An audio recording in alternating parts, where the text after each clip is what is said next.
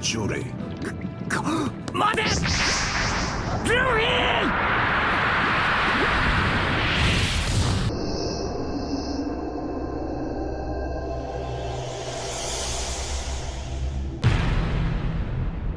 What force in kilonewtons is required to punch a 0.1 meter diameter hole Ace's chest that is 0.5 meters thick? The shear strength is 10 megapascals. So ang hinahanap natin dito ay ang punching shearing stress. Yeah, bagay na bagay sa title. Paano ba tayo nagsosolve ng stress? Diba ang stress, meron yung normal and shear stress. Sa pagsosolve ng parehong stress, ang kailangan lang natin ay yung force all over yung area na tinutukoy natin. Tama yung analysis nito na dapat force over area nga siya. Pero kapag tinutukoy natin ang punching shearing stress, iba yung tinutukoy na area at ituturo ko siya ngayon. So sabihin natin ito yung buong plate ay yung katawan ni Ace ngayon, tapos yung drawing na kamao na to. Ang buong concept ng punching shearing stress, sabihin natin nagsuntok ka ng butas dito. Yung trap na nakukuha ng ibang mga nagsosolve ng punching shearing stress, akala nila yung area ay yung buo. Yun ang mali.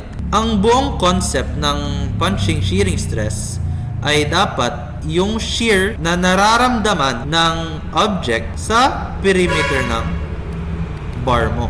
Kung titingnan natin siya sa top view, yung focus natin ay itong perimeter na to. Wala tayong paki sa buong area na nandito sa gitna. Ito lang sa gilid. Kasi, sinishear mo yung mismong gilid ng bilog na nafo-form. Shear stress siya sa gilid ng object na nafo-form.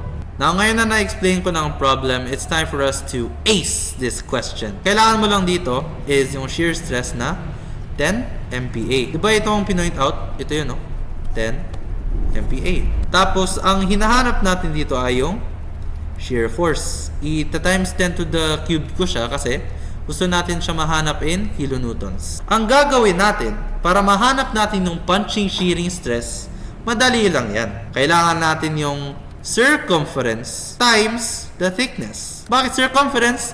Kasi ito nga circumference ng object ng hole na binubutasan mo, ganon. So ngayon alam na natin kung paano siya i-solve. Ang kailangan lang natin dito ay yung shear force mo sa taas na hinahanap, and then imumultiply siya sa pi. Diameter niya na sinabi sa problem na 0.1 meters siya, so dapat cubed yung 10 mo. Tapos 0.5 times 10 to the third. Makukuha mo ditong sagot ay 1570.8 kilonewtons.